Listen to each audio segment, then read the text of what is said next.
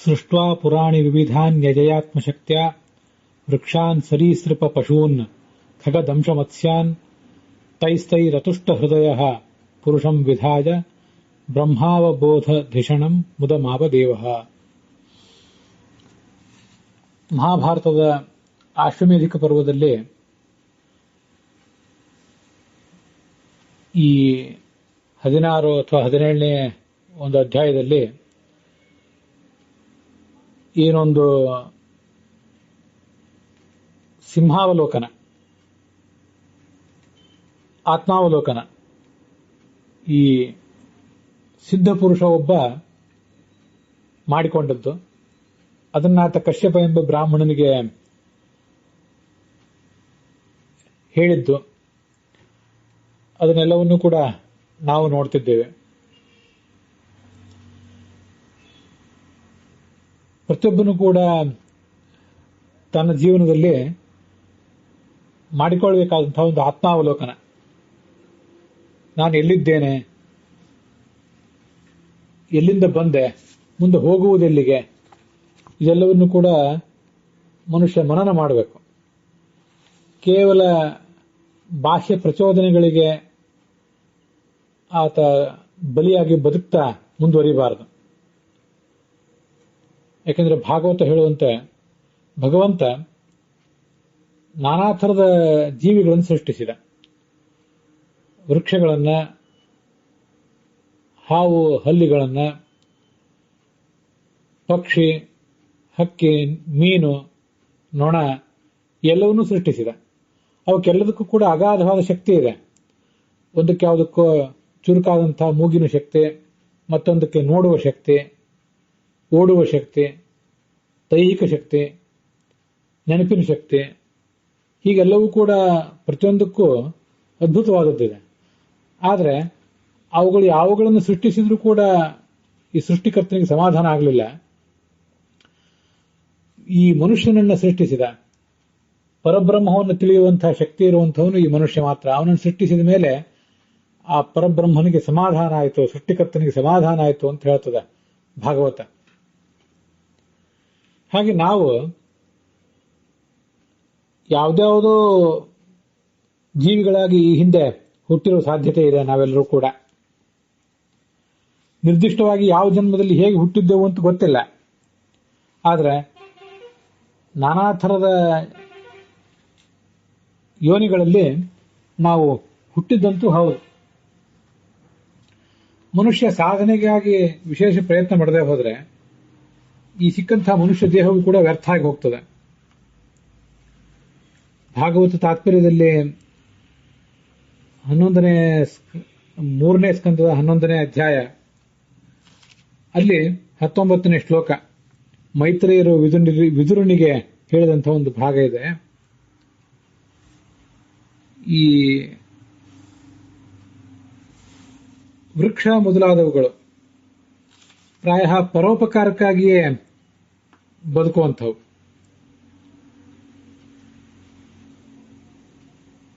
ಆದ್ರಿಂದ ಅವರಿಗೆ ಮುಖ್ಯ ಸ್ರೋತಸರು ಅಂತ ಕರೀತಾರೆ. ಸ್ಥಾಸ್ನುಭಿ ನಿಯಮಾನ್ ಮುಖ್ಯ ಸ್ಥಿತೇ ಗತಿರವಾಪ್ಯತೆ ಪ್ರಾಯ ಪರೋಪಕಾರಿತ್ವ ತೇ ಮುಖ್ಯ ಸ್ರೋತಸ ಸ್ಮೃತಾ. ಅವುಗಳು ಬದುಕಿರುವುದೇ ಇನ್ನೊಬ್ಬರಿಗೆ ಉಪಕಾರಕ್ಕಾಗಿ, ಯಾರಿಗೂ ತೊಂದರೆ ಕೊಡದೆ ಬದುಕುವಂತಹ ಸ್ಥಾವರಗಳು. ಹೀಗೆ ಒಂದು ಮುಖ್ಯವಾದಂತಹ ಗತಿಯನ್ನ, ಶ್ರೇಷ್ಠವಾದ ಜನ್ಮವನ್ನ ಪಡಿತಾರೆ. ಅದರಿಂದ ಅವರಿಗೆ ಮುಖ್ಯ ಸ್ರೋತಸರು ಅಂತ ಹೇಳ್ತಾರೆ. ತಿರ್ಯಕ್ ಪ್ರಾಣಿಗಳು, ಅಡ್ಡ ಸಂಚಾರ ಮಾಡುವಂತಹ ಪ್ರಾಣಿಗಳೇನಿವೆ ಅವು ನಾಭೋನೋರ್ಧ್ವಂ ತಿರಶ್ಚಾಂತು ಪುನಸ್ತತ್ರೈವ ಯಜ್ಜನಿ. ಪ್ರಾಯ ಆ ಜನ್ಮದಲ್ಲಿ ವಿಶೇಷ ಸಾಧನೆ ಏನೂ ಆಗೋದಿಲ್ಲ. ಅವಕ್ಕೆ ಮೇಲೂ ಹೋಗೋದಿಲ್ಲ, ಕೆಳಗೂ ಕುಸಿಯುವುದೂ ಇಲ್ಲ, ಮತ್ತೆ ಭೂಮಿಯಲ್ಲೇ ಹುಟ್ಟುತ್ತವೆ. ಆದರೆ ಕದಾಚಿತ ಅವುಗಳ ಜನ್ಮದಲ್ಲಿ ಏನಾದರೂ ಭಗವಂತನ ಸೇವೆಗಾಗಿ ಅವುಗಳನ್ನ ಮತ್ತೆ ಯಾರಾದರೂ ಉಪಯೋಗ ಮಾಡಿದರೆ ಅವುಗಳಿಗೆ ತಾವೇ ಭಗವಂತನ ಸೇವಾ ಮಾಡುವ ರೀತಿಯಲ್ಲಿ ಬದುಕಬೇಕು ಅನ್ನುವ ಎಚ್ಚರ ಇರೋದಿಲ್ಲ. ಆದರೆ ಬೇರೆ ಯಾರಾದರೂ ಮನುಷ್ಯಾದಿಗಳು ಹಾಗೆ ಅವುಗಳನ್ನು ಉಪಯೋಗ ಮಾಡಿದರೆ ಭಗವಂತನಿಗೆ, ಭಗವಂತನ ಭಕ್ತರಿಗೆ ಉಪಕಾರ ಮಾಡಿದರೆ ಸದ್ಗತಿ ಪಡಿತವೆ. ಅದಿಲ್ಲದೆ ಹೋದ್ರೆ ಮೇಲೂ ಹೋಗೋದಿಲ್ಲ, ಕೆಳಗೂ ಹೋಗೋದಿಲ್ಲ, ಅಲ್ಲೇ ಇರ್ತವೆ. ಆದ್ರಿಂದ ಅವುಗಳನ್ನ ತಿರ್ಯಕ್ ಸ್ರೋತಸರು ಅಂತ ಹೇಳ್ತಾರೆ. ತಿರ್ಯಕ್ ಅಂದ್ರೆ ಅಡ್ಡವಾಗಿ ಸಂಚಾರ ಮಾಡುವ ಪ್ರಾಣಿಗಳು, ಅವು ಬದುಕುವುದು ಕೂಡ ಹಾಗೆ ಇದೆ.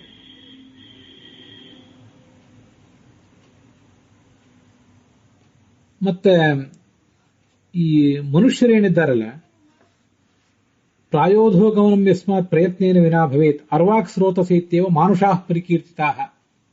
ಈ ಮನುಷ್ಯರನ್ನು ಅರ್ವಾಕ್ ಸ್ರೋತಸರು ಅಂತ ವರ್ಣಿಸ್ತಾರೆ. ಯಾಕೆ ಅರ್ವಾಕ್ ಸ್ರೋತಸರು ಅಂತಾರೆ?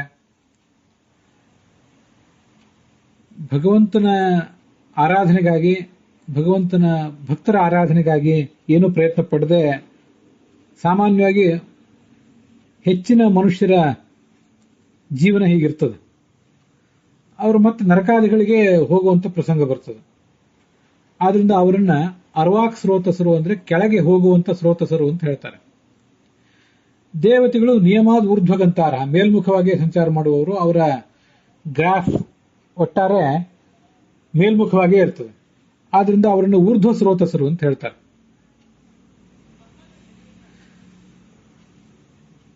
ಒಟ್ಟಾರೆ ಜೀವನ ಅಂತ ಅನ್ನೋದೊಂದು ಹಾವು ಏಣಿ ಆಟದಂತೆ ಇರ್ತದೆ. ಅನೇಕ ಬಾರಿ ಈ ಸಾಧಕನಾದವನು ಅವನು ಧಾರ್ಮಿಕವಾದಂತಹ ಮಾರ್ಗದಲ್ಲೇ ಮುಂದುವರಿಯುವಂತವನಾಗಿದ್ರು, ಮೂಲತಃ ಸಾತ್ವಿಕ ಸ್ವಭಾವದವನೇ ಆಗಿದ್ರು ಕೂಡ ಒಂದು ಯಾವುದೋ ಏಣಿ ಸಿಕ್ಕು ಮೇಲೆ ಹತ್ತುತ್ತಾನೆ, ಮತ್ತೊಂದು ಯಾವುದೋ ಹಾವು ಕಚ್ಚಿ ಮತ್ತೆ ಕೆಳಗೆ ಬಂದು ಬೀಳ್ತಾನೆ. ಇದರಂತೆ ಅವನ ಜೀವನ ಅಂತೂ ನಡೀತಾ ಇರ್ತದೆ. ಜೀವನದಲ್ಲಿರುವಂತಹ ನಾನಾ ಥರದ ಏಳು ಬೀಳುಗಳನ್ನು ಮನುಷ್ಯ ಅನುಭವಿಸಿ ಅದರ ಮೂಲಕನೇ ಅವನು ಪಾಠಗಳನ್ನು ಕಲಿಬೇಕಾಗ್ತದೆ. ಭಾಗವತ ಅದನ್ನ ಹೇಳ್ತದೆ ನಮಗೆ. ತಸ್ಮಾತ್ ರಜೋ ರಾಗ ವಿಷಾದ ಮನ್ಯು ಮಾನಸ್ಪೃಹ ಭಯ ದೈನ್ಯಾದಿ ಮೂಲಂ ಹಿತ್ವಾ ಗೃಹಂ ಸಂಸ್ಕೃತಿ ಚಕ್ರವಾಲಂ ನೃಸಿಂಹಪಾದಂ ಭಜತಾ ಕುತೋ ಭಯಂ ಅಂತ.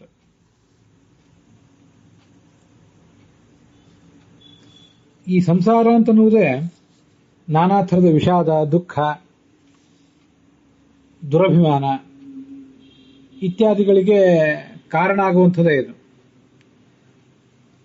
ಭಯ, ನಮ್ಮಿಂದ ಯಾರಿಗೋ ಭಯ, ಯಾರಿಂದಲೂ ನಮಗೆ ಭಯ, ನಾವು ಯಾರನ್ನೋ ಶೋಷಿಸುವುದು, ಮತ್ತಾರೋ ನಮ್ಮನ್ನ ಶೋಷಿಸುವುದು,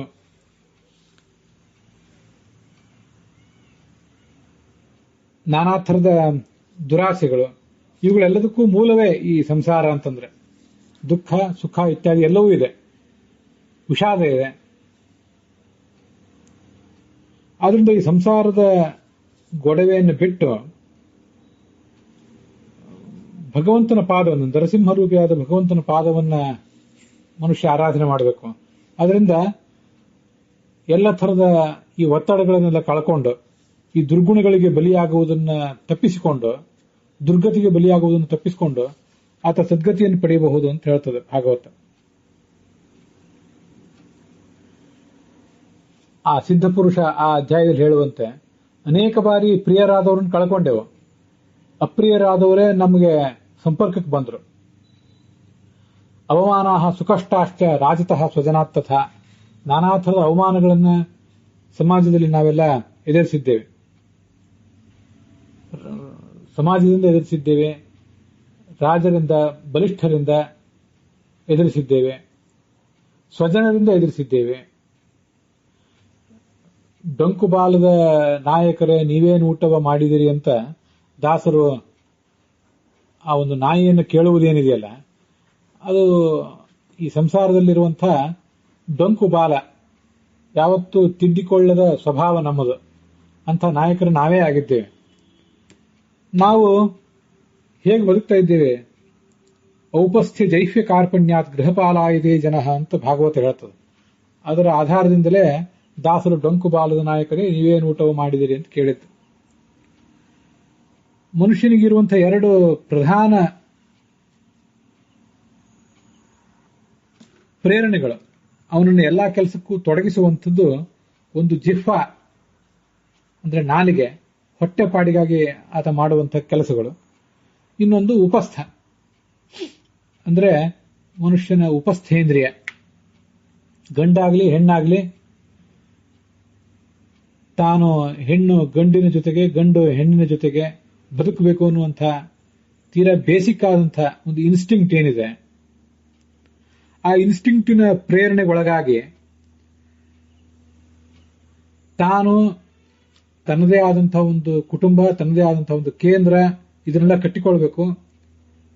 ಆ ಮೂಲಕ ತಾನು ತನ್ನ ಕುಟುಂಬ ಬದುಕಬೇಕು, ಮಕ್ಕಳು ಸಂತಾನ ಇತ್ಯಾದಿ ಮುಂದುವರಿಸಬೇಕು ಅನ್ನುವಂಥ ಹಂಬಲ ಏನಿದೆ, ಈ ಒಂದು ಹಂಬಲ ಮತ್ತು ಜಿಹ್ವಾ ಅಂದ್ರೆ ಹೊಟ್ಟೆಪಾಡು, ಅದಕ್ಕಾಗಿ ಮಾಡುವಂತಹ ಪ್ರಯತ್ನಗಳು, ಇವೆಲ್ಲ ಅವನನ್ನ ಮನೆ ನಾಯಿ ಅಂತ ಕೀಳಾಗಿ ಮಾಡಿಬಿಡ್ತವೆ. ಯಾರ್ಯಾರ್ದೋ ದಾಸನಾಗಿ ಆತ ಬದುಕಬೇಕಾಗ್ತದೆ. ಒಂದು ತುತ್ತು ಅನ್ನಕ್ಕಾಗಿ ಯಾಚನೆ ಮಾಡಿದವರು ಇದ್ದಾರೆ. ಏನೇನನ್ನು ಮಾರಿಕೊಳ್ಬಾರ್ದಿತ್ತೋ ಅದನ್ನೆಲ್ಲ ಮಾರಿಕೊಂಡು ಬದುಕಿದವರಿದ್ದಾರೆ. ಮನಸ್ಸನ್ನ ಮೈಯನ್ನ ಮಾರಿಕೊಂಡು ಬದುಕುವಂಥವ್ರು ಸ್ತ್ರೀಯರು ಕಾಣುತ್ತಾರೆ, ಪುರುಷರು ಕಾಣುತ್ತಾರೆ. ಅದರಿಂದ ನಾನಾ ಥರದ ಅವಮಾನಗಳೇನಾಗ್ತವೆ, ಅದಕ್ಕೆಲ್ಲದಕ್ಕೂ ಕೂಡ ಜೀವನದಲ್ಲಿ ನಾವು ಅಡ್ಜಸ್ಟ್ ಆಗಿ ಹೋಗ್ತೇವೆ. ಅದು ಸಮಸ್ಯೆ. ಕೆಲವು ಬಾರಿ ಕೆಲವು ದುಷ್ಕೃತ್ಯಗಳಿಗೆ ನಾವು ಇಳಿದಾಗ ಆರಂಭದಲ್ಲಿ ಅದು ಮೈ ಮನಸ್ಸುಗಳಿಗೆ ಕಿರಿಕಿರಿ ಅನಿಸ್ತಿರಬಹುದು, ಹೊಂದದೇ ಇರಬಹುದು. ಆದರೆ ಕ್ರಮವಾಗಿ ವಿಷಕ್ರಿಮಿ ನ್ಯಾಯದಿಂದ ವಿಷದ ವಾತಾವರಣದಲ್ಲಿ ಕ್ರಿಮಿಯೊಂದು ಬದುಕುವಾಗ ಅದಕ್ಕೆ ಕ್ರಮವಾಗಿ ಹೊಂದ್ಕೊಂಡು ಬಿಡ್ತದೆ. ಸ್ಲೋ ಪಾಯ್ಸನ್ ಅದಾಗಿ ಆ ವಿಷದ ರಕ್ತವೇ ಮೈಯಲ್ಲೆಲ್ಲ ಹರಿದಾಗ ಅಂಥ ಸ್ಥಿತಿಗತಿಗಳಿಗೆ, ಅಂಥ ದುಷ್ಟ ಪ್ರೇರಣೆಗಳಿಗೆ, ಕಾಮಕ್ರೋಧಗಳಿಗೆ ಮನುಷ್ಯ ಬಲಿಯಾಗ್ತಾನೆ, ಬದುಕಿಬಿಡ್ತಾನೆ. ಅನೇಕ ಬಾರಿ ದೊಡ್ಡ ದೊಡ್ಡ ಮಹಾಗುಣವಂತನಾಗಿ ಶೀಲವಂತನಾಗಿ ಈ ಹಿಂದೆ ನಾವು ಬದುಕಿದ್ದಿದೆ. ಅನೇಕ ಬಾರಿ ಶೀಲರಹಿತರಾಗಿ ಬದುಕಿದ್ದಿದೆ. ತುಚ್ಛವಾದಂಥ ಜೀವನವನ್ನು ನಾವೇ ನಡೆಸಿದ್ದಿದೆ. ಯಾರನ್ನ, ಯಾವ ಪರಿಸ್ಥಿತಿಗಳನ್ನ ನಾವು ದ್ವೇಷಿಸ್ತೀವೋ, ಶೀಲಕ್ಕೆ ವಿರುದ್ಧವಾದದ್ದು, ಕ್ಯಾರೆಕ್ಟರ್ಗೆ, ಚಾರಿತ್ರ್ಯಕ್ಕೆ ವಿರುದ್ಧವಾದದ್ದು ಅಂತಂತೀವಿ, ನೈತಿಕತೆಗೆ ವಿರುದ್ಧವಾದದ್ದು ಅಂತಂತೀವಿ. ಅಂಥದ್ದನ್ನೆಲ್ಲ ನಾವೇ ಬದುಕಿರುವಂಥ ಸಾಧ್ಯತೆ ಇದೆ. ಕೆಲವು ಬಾರಿ ಸನ್ಯಾಸಿಗಳಾಗಿ ಪರಮ ವಿರಕ್ತರಾಗಿ ಬದುಕಿದ್ದೆವು. ಗೃಹಸ್ಥರಾಗಿ ಆ ಲೋಲುಪರಾಗಿ ಬದುಕುವಂಥ ಅನೇಕ ಪ್ರಸಂಗಗಳು ಇವೆ. ಲಂಪಟರಾಗಿ ಬದುಕಿರುವಂಥ ಸಾಧ್ಯತೆ ಇದೆ. ಇದನ್ನೆಲ್ಲ ಹಿಂದೆ ನಮಗೆ ಆಗಿದ್ದನ್ನ ಒಂದು ಬಾರಿ ನಾವು ನೆನಪು ಮಾಡ್ಕೊಳ್ಬೇಕು. ಮಹಾಪಂಡಿತರಾಗಿ ಅಂತ ಒಂದು ಸನ್ಮಾನವನ್ನು ನಾವು ಸ್ವೀಕರಿಸಿರ್ತೇವೆ. ಪ್ರಾಪ್ತಾಹ ವಿಮಾನನಾಶ್ಚ ಉಗ್ರಾಹ ವದಬಂಧಾಶ್ಚ ದಾರುಣಾಹ, ಅವಮಾನಗಳಾಗಿವೆ ಮತ್ತೆ ಸನ್ಮಾನಗಳೂ ಆಗಿವೆ. ಸುಖವೂ ಆಗಿದೆ, ದುಃಖವೂ ಆಗಿದೆ. ಸುಖ ಆಗಿಲ್ಲ ಅಂತಲ್ಲ ಈ ಸಂಸಾರದಲ್ಲಿ, ಅದು ಹಾಗೇ ಇದೆ. ಆದರೆ ಅದಕ್ಕೆ ತಕ್ಕಂತೆ ಅಂಥದೇ ಒಂದು ದುಃಖವೂ ಕೂಡ, ಪರಮ ದುಃಖವೂ ಈ ಜಗತ್ತಿನಲ್ಲಿ ಆಗಿದೆ ನಮಗೆ. ಅತ್ಯಂತ ಆರೋಗ್ಯ ಭರಿತವಾದಂತಹ ಸುಂದರವಾದಂತಹ ವ್ಯಕ್ತಿತ್ವವನ್ನು, ಬಾಹ್ಯ ವ್ಯಕ್ತಿತ್ವವನ್ನು ಅಥವಾ ಆಂತರಿಕ ವ್ಯಕ್ತಿತ್ವವನ್ನು ಪಡೆದು ಫಿಸಿಕಲಿ ಮತ್ತು ಮೆಂಟಲಿ ಸ್ಮಾರ್ಟ್ ಆಗಿ ಅನೇಕ ಬಾರಿ ನಾವು ಜೀವನ ಸವಿಸಿದ್ದಿದೆ. ಅನೇಕ ಬಾರಿ ಜರಾಹ ರೋಗಾಶ್ಚ, ನಾನಾ ಥರದ ಮುಪ್ಪು ಮತ್ತು ರೋಗಗಳು, ದೈಹಿಕ ರೋಗಗಳು, ಮಾನಸಿಕ ರೋಗಗಳು, ಕೀಳರಿಮೆಗಳು, ಮೇಲರಿಮೆಗಳು, ಅನೇಕ ಥರದ ಪೂರ್ವಗ್ರಹಗಳು, ಇದಕ್ಕೆಲ್ಲ ಬಲಿಯಾಗಿ, ವ್ಯಸನಗಳಿಗೆ, ಚಟಗಳಿಗೆ ಬಲಿಯಾಗಿ, ಎಲ್ಲಾ ಥರದ ದ್ವಂದ್ವಜಾನಿ ಭೃಷಮ್ಮಯ ದೃಷ್ಟಾನಿ, ನಾನಾ ಥರದ ದ್ವಂದ್ವಗಳನ್ನೆಲ್ಲ ನಾನು ಅನುಭವಿಸಿದ್ದೀನಿ ಈ ಜೀವನದಲ್ಲಿ ಈ ಹಿಂದೆ ಅಂತ ನಾವು ಆ ಸಿದ್ಧ ಪುರುಷ.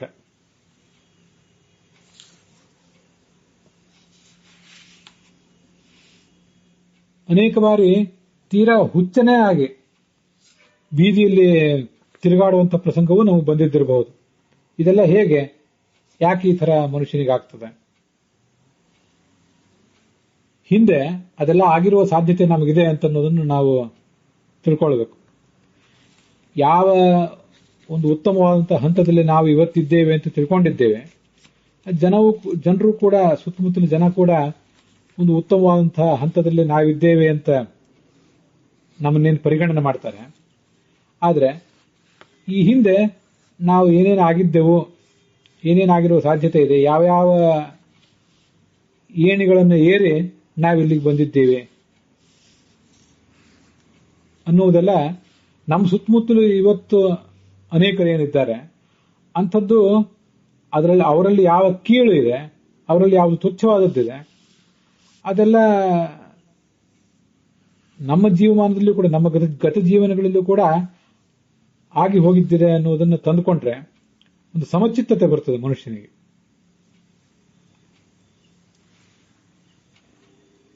ವಿಶ್ವಸ್ಯ ಸ್ಥಿತಿಲಯೋದ್ಭವ ಹೇತುರಾಜ್ಯ ಯೋಗೇಶ್ವರೇರಪಿ ದುರತ್ಯಯ ಯೋಗ ಮಾರ್ಗ ಕ್ಷೇಮಂ ವಿಧಾಸ್ಯತಿ ಸನೋ ಭಗವಾನ್ಸ್ತ್ಯಧೀಶಃ ತತ್ರಾಸ್ಮದೀಯ ವಿಮೃಶೇನ ಕಿಯಾನ್ಯಹಾರ್ಥ ಅಂತ ಭಾಗವತ ಒಂದ್ ಕಡೆ ಹೇಳ್ತದೆ.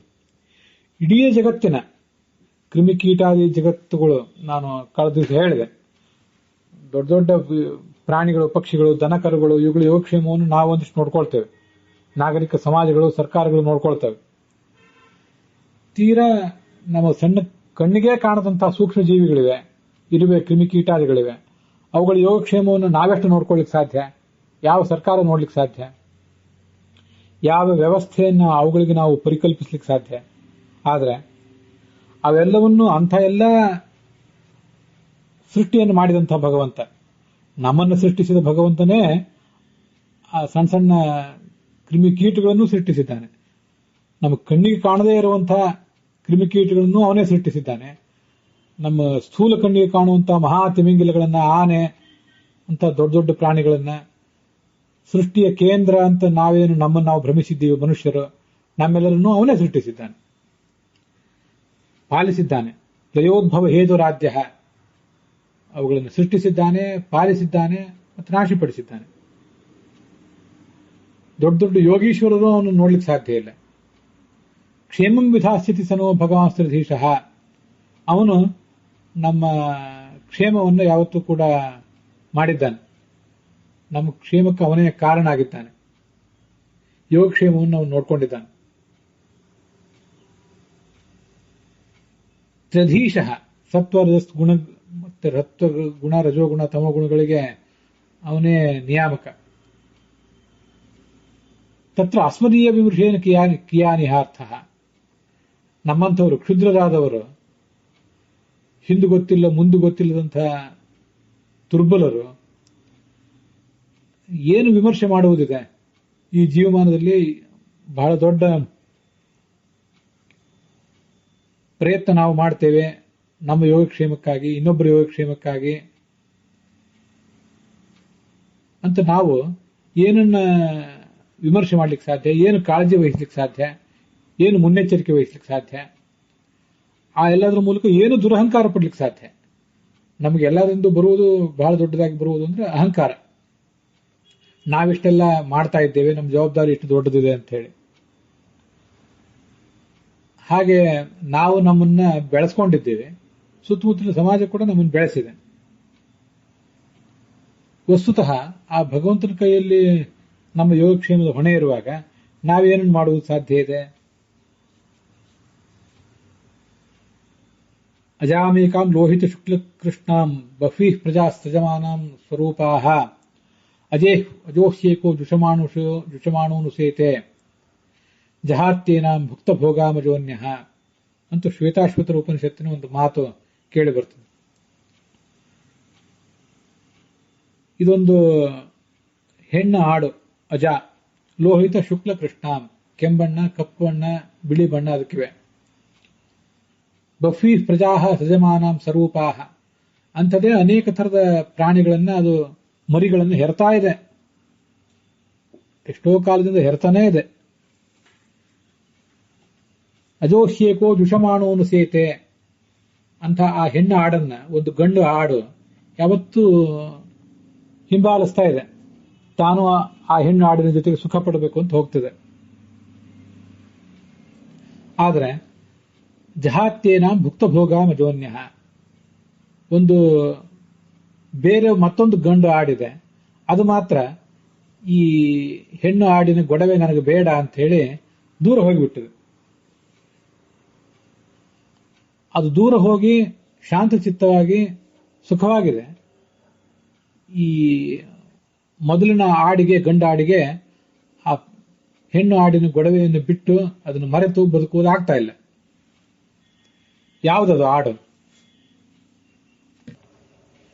ಆ ಹೆಣ್ಣಾಡು ಯಾವುದು? ಅದನ್ನ ಹಿಂಬಾಲಿಸಿ ಅಲ್ಲೇ ಮಗ್ನಾಗಿರುವಂತಹ ಗಂಡ ಆಡು ಯಾವುದು? ಅದರ ಗೊಡವೆಯನ್ನು ಬಿಟ್ಟಂತಹ ಗಂಡ ಆಡು ಯಾವುದು? ಭಾಗವತದಲ್ಲಿ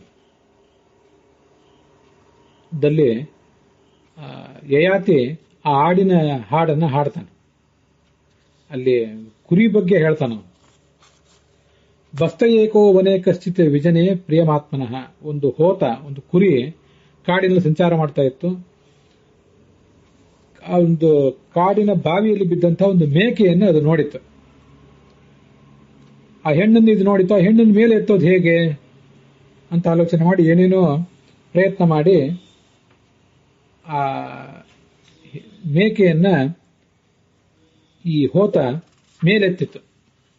ಮೇಲೆ ಬಂದ ಕೂಡಲೇ ಆ ಮೇಕೆ ಈ ಹೋತವನ್ನೇ ಬಯಸಿತು. ಮೇಕೆ ಮತ್ತು ಹೋತಗಳ ಸಂಸಾರ ಪ್ರಾರಂಭ ಆಯಿತು. ಮತ್ತು ಕೆಲವು ಮೇಕೆಗಳು ಈ ಹೋತವನ್ನ ಬಯಸಿ ಬಂದವು.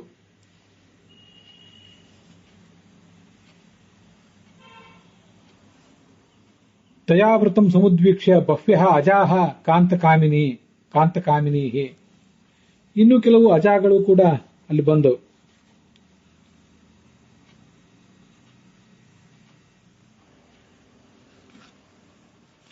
ಪೀವಾನಂ ಶ್ಮಶ್ರುಳಂ ಭೇಜುಹು ಮೀಢ್ವಾಂಸಂ ಯಾವಕೋವಿದಂ. ಈ ಹೋತ, ಈ ಗಂಡ ಆಡು ದಷ್ಟಪುಷ್ಟವಾಗಿತ್ತು. ಕಾಮ ಕೇಳಿಯಲ್ಲಿ, ಸಾಂಸಾರಿಕ ಸುಖದಲ್ಲಿ ಸಮರ್ಥ ಆಗಿತ್ತು. ವಿಕಾಸ ಸುಖವನ್ನೂ ಪಡ್ತಿತ್ತು. ಎಲ್ಲರೂ ಸುಖ ಪಟ್ಟರು. ಮುಂದೆ ಅದರ ಆ ಹೆಣ್ಣು ಸಂಗಾತಿಗಳಲ್ಲಿ ಒಂದು ಕಲಹ ಪ್ರಾರಂಭ ಆಯಿತು. ಕಲಹ ಪ್ರಾರಂಭ ಆಗಿ ಈ ಗಂಡಿನ ಒಂದು ನೆಮ್ಮದಿ ಕೂಡ ಕದಡಿ ಹೋಯಿತು.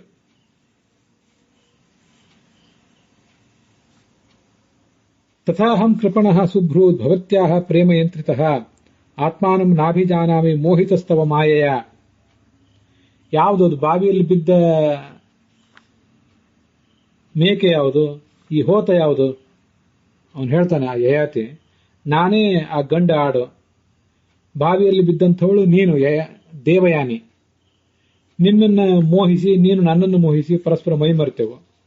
ಮುಂದೆ ನಿನ್ನ ದಾಸಿಯಾದಂತಹ ವೃಷಪರ್ವನ ಮಗಳಾದಂತಹ ಶರ್ಮಿಷ್ಠೆಯನ್ನು ಕೂಡ ನಾನು ಕೂಡಿದೆ. ಬೇಕಾದಷ್ಟು ಸುಖಪಟ್ಟೆ. ಮಹಾಭಾರತದಲ್ಲಿ ಬರುವಂತೆ ವಿಶ್ವಾಚ್ಯ ಸಹಿತೋರೇಮೆ ಸಹಸ್ರ ಪರಿವತ್ಸರಾನ್. ದೇವಯಾನಿ ಅಲ್ಲದೆ ಯಯಾತಿ ಈ ಶರ್ಮಿಷ್ಠೆಯ ಜೊತೆಗೂ ಕೂಡ, ಅದಲ್ಲದೆ ವಿಶ್ವಾಚಿ ಅಂತ ಒಬ್ಬ ಅಪ್ಸರೆ, ಅವಳ ಜೊತೆಗೂ ಕೂಡ ಒಂದು 1000 ವರ್ಷ ಸುಖಪಟ್ಟ. ದೇವಯಾನಿಯನ್ನ, ಪತ್ನಿಯಾದ ದೇವಯಾನಿ ಕಡೆಗಣಿಸಿ ಶರ್ಮಿಷ್ಠೆಯನ್ನು ಕೂಡಿದ್ದಕ್ಕಾಗಿ ಶುಕ್ರಾಚಾರ್ಯನ ಶಾಪ ಅವನಿಗೆ ಬಂದಿತ್ತು. ಅವನು ಯೌವನವನ್ನೇ ಕಳ್ಕೊಂಡಿದ್ದ. ಆದರೆ ತನ್ನ ಮುಪ್ಪನ್ನ ಮಗನಿಗೆ ಕೊಟ್ಟು, ಮಗನಾದ ಪೂರ್ವಿಗೆ ಕೊಟ್ಟು ಅವನಿಂದ ಯೌವನವನ್ನು ಮರಳಿ ಪಡ್ಕೊಂಡಿದ್ದ. ಆವಾಗ ತೀವ್ರವಾದಂತಹ ಸುಖ ಅನುಭವಿಸಿದ. ಕೊನೆಗನಿಸಿತು ಅವನಿಗೆ, ಯತ್ ಪೃಥಿವ್ಯಾಂ ವ್ರೀಹಿ ಅವಂ ಹಿರಣ್ಯಂ ಪಶವಸ್ತ್ರೀಯ. ಭೂಮಿಯಲ್ಲಿರುವಂತಹ ಎಲ್ಲಾ ಥರದ ಧಾನ್ಯಗಳು, ಬಂಗಾರ, ಪಶುಗಳು, ಸ್ತ್ರೀಯರು, ಜಗತ್ತಿನಲ್ಲಿರುವ ಸುಂದರ ಸ್ತ್ರೀಯರೆಲ್ಲ ನನ್ನ ಪತ್ನಿಯರಾದರು, ಎಲ್ಲಾ ಸಂಪತ್ತು ನನ್ನದಾದ್ರು. ನನಗದರಿಂದ ತೃಪ್ತಿ ಆಗೋದಿಲ್ಲ ಕೊನೆಗೆ ಒಂದು ಹಂತದಲ್ಲಿ. ನಜಾತು ಕಾಮಾನಾಂ ಉಪಭೋಗೇನ ಶಾಮ್ಯತಿ. ವಿಷಯ ಭೋಗದ ಲಾಲಸೆ ಏನಿದೆ, ವಿಷಯಗಳನ್ನು ಎಷ್ಟೇ ಅನುಭವಿಸಿದ್ರೂ ಅದು ಮುಗಿಯುವಂಥದ್ದಲ್ಲ. ಬೆಂಕಿಗೆ ತುಪ್ಪವನ್ನು ಹಾಕಿದಷ್ಟು ಅದು ಉರಿತಾ ಹೋಗ್ತದೆ ಹೊರತು ಆ ಬೆಂಕಿಯನ್ನು ನಂದಿಸಲಿಕ್ಕಾಗೋದಿಲ್ಲ. ತುಪ್ಪದ ಪೂರೈಕೆಯನ್ನು ನಿಲ್ಲಿಸಬೇಕಷ್ಟೇ ಹೊರತು ಬೇರೆ ಮಾರ್ಗ ಇಲ್ಲ.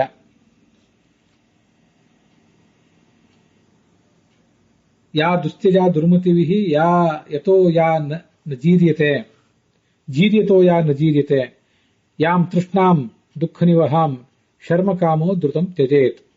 ಮನುಷ್ಯನಿಗೆ ಮುಪ್ಪು ಬರಬಹುದು, ದೇಹಕ್ಕೆ ಮುಪ್ಪು ಬರಬಹುದು, ಆದ್ರೆ ಆ ಆಸೆಯನ್ನು ಮಾತ್ರ ಬಿಡ್ಲಿಕ್ಕಾಗೋದಿಲ್ಲ. ಮತ್ತೊಂದು ಒಂದು ಸುಭಾಷಿತದಲ್ಲಿ ಹೇಳ್ತಾರೆ, ತೃಷ್ಣೈಕಾ ತರುಣಾಯತೆ ಅಂತ. ದಂತಾಜೀರ್ಯಂತಿ ಜೀರ್ಯತಃ. ಮನುಷ್ಯನಿಗೆ ಮುಪ್ಪು ಬಂದಂತೆ ಹಲ್ಲುಗೆ ಮುಪ್ಪು ಬರ್ತದೆ. ಕೇಶಗಳೆಲ್ಲ ಕೂದಲೆಲ್ಲ ನೆರಿತಾ ಹೋಗ್ತವೆ, ಅವಕ್ಕೂ ಮುಪ್ಪು ಬರ್ತದೆ. ಇಡೀ ಶರೀರಕ್ಕೆ ಮುಪ್ಪು ಬಂದರೂ ಮಾತ್ರ ತೃಷ್ಣಾ ಏನೊಂದಿದೆ ಅದಕ್ಕೆ ಮಾತ್ರ ಮುಪ್ಪಿಲ್ಲ. ನಮ್ಮ ದುರಾಸೆಗೆ ಮಾತ್ರ ಮುಪ್ಪಿಲ್ಲ. ತೃಷ್ಣೈಕಾ ತರುಣಾಯತೆ. ನಿತ್ಯವಾಗಿ ಅದು ಹರೆಯದ ತರುಣಿಯಂತೆ ಆ ದುರಾಸೆ ಅದು ನಮ್ಮನ್ನು ಕಾಡ್ತಾ ಇರ್ತದೆ. ಆದ್ರಿಂದ ಇದನ್ನು ಬಿಡುವುದೇ ಒಳ್ಳೆಯದು ಅಂತ ಕಾಣಿಸ್ತಾ ಯಯಾತಿಗೆ. ಶ್ವೇತಾಶ್ವತರ ಉಪನಿಷತ್ನಲ್ಲಿ ಬಂದಂತೆ ಆ ಹೆಣ್ಣಾಡು, ಕಪ್ಪು ಬಣ್ಣ, ಬಿಳಿ ಬಣ್ಣ, ಕೆಂಬಣ್ಣದಿಂದ ಕೂಡಿದಂತಹ ಆ ಹೆಣ್ಣಾಡು ಅಂದ್ರೆ ಅಜ ಅಂದ್ರೆ ಅದು ಪ್ರಕೃತಿ. ಈ ಚೇತನ ಪ್ರಕೃತಿಯಾದಂತಹ ಲಕ್ಷ್ಮೀದೇವಿ ಅಚೇತನ ಪ್ರಕೃತಿಗೆ ಅಭಿಮಾನಿನಿಯಾಗಿದ್ದಾಳೆ. ಆ ಅಚೇತನ ಪ್ರಕೃತಿಯ ನಾನಾ ಥರದ ರೂಪಗಳೇ ನಮ್ಮ ಸುತ್ತಮುತ್ತಲಿರುವಂತಹ ಹೆಣ್ಣುಗಳು, ಹಾಗೆ ಗಂಡುಗಳು. ಗಂಡಿಗೆ ಹೆಣ್ಣು ಮಾಯೆ, ಹೆಂಡಿಗೆ ಗಂಡು ಮಾಯೆ, ಪರಸ್ಪರರ ಮಾಯೇನೆ. ಅಂತೂ ಪ್ರಕೃತಿಯ ಒಂದು ಅಂಶಗಳೇ ಇವೆಲ್ಲ. ಇವನನ್ನು ಪುರುಷ ಅಂತಾರೆ, ಅವಳನ್ನ ಪ್ರಕೃತಿ ಅಂತಾರೆ. ಅಂತೂ ಸತ್ವರಜಸ್ತಮಸ್ಸು ಅನ್ನುವಂಥ 3 ಗುಣಗಳು. ಸತ್ವಗುಣವೇ ಬಿಳಿ, ರಜೋಗುಣವೇ ಕೆಂಬಣ್ಣ, ತಮೋಗುಣವೇ ಕರಿಬಣ್ಣ. ಹೀಗೆ 3 ಬಣ್ಣಗಳುಳ್ಳಂತಹ ಆ ಆಡು ಅಂತಂದ್ರೆ ನಮ್ಮ ಸುತ್ತಮುತ್ತಲಿರುವಂತಹ ಪ್ರಕೃತಿಗಳು, ಅಥವಾ ಆ ಪ್ರಕೃತಿಗಳಿಗೆ ತಮ್ಮ ಸುತ್ತಮುತ್ತಲಿರುವಂತಹ ಪುರುಷರು. ಇಬ್ಬರಲ್ಲೂ 3 ಗುಣಗಳಿದ್ದೇ ಇವೆ ಅಂತ ಒಂದು ಆಡಿದೆ.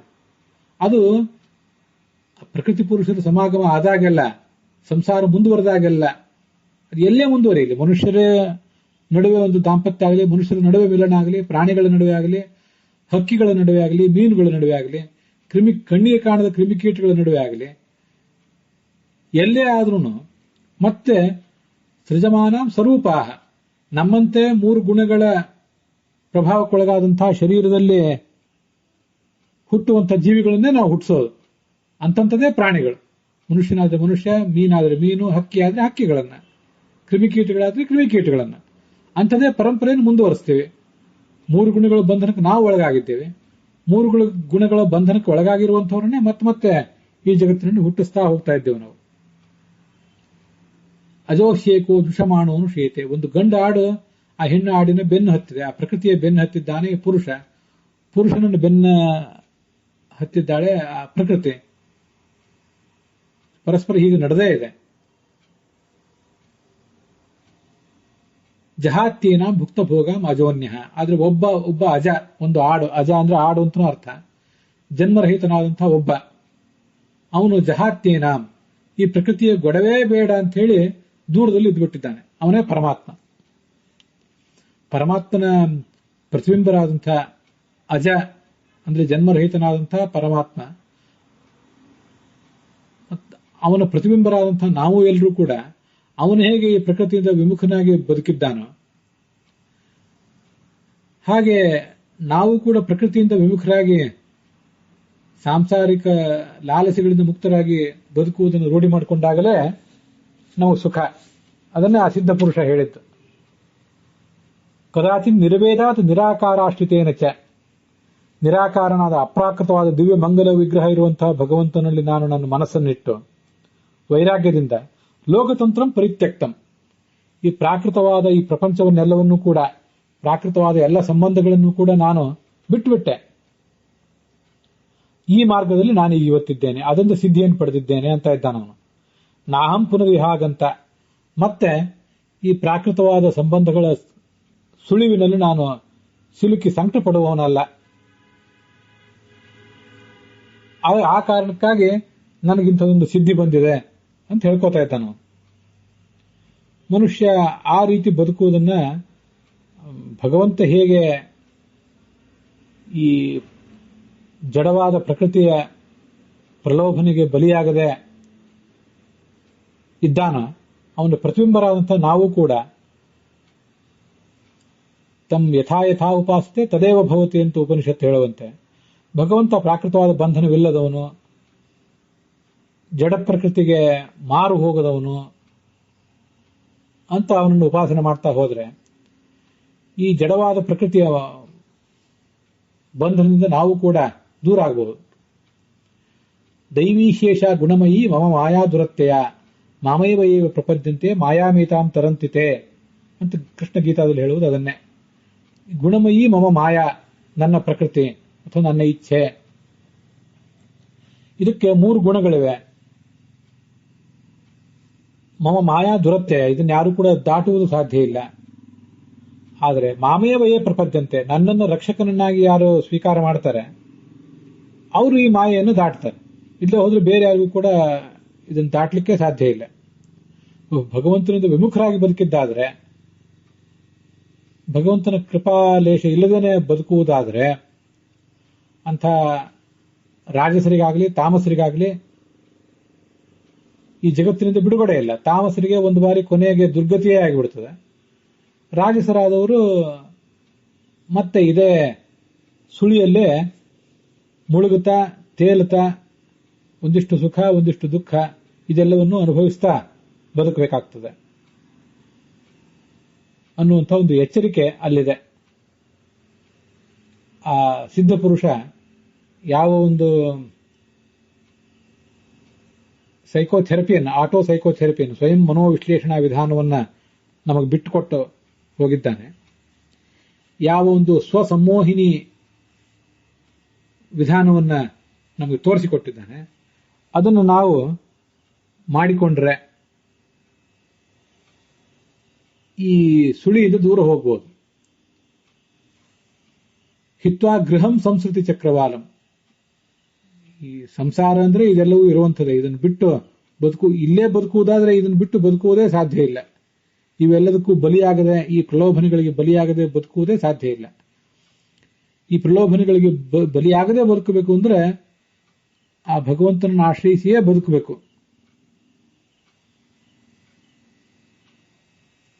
ಅಂತ ನಮಗೆ ಇದರಿಂದ ತಿಳಿದು ಬರ್ತದೆ ಈ ಒಂದು ಅಧ್ಯಾಯದಿಂದ.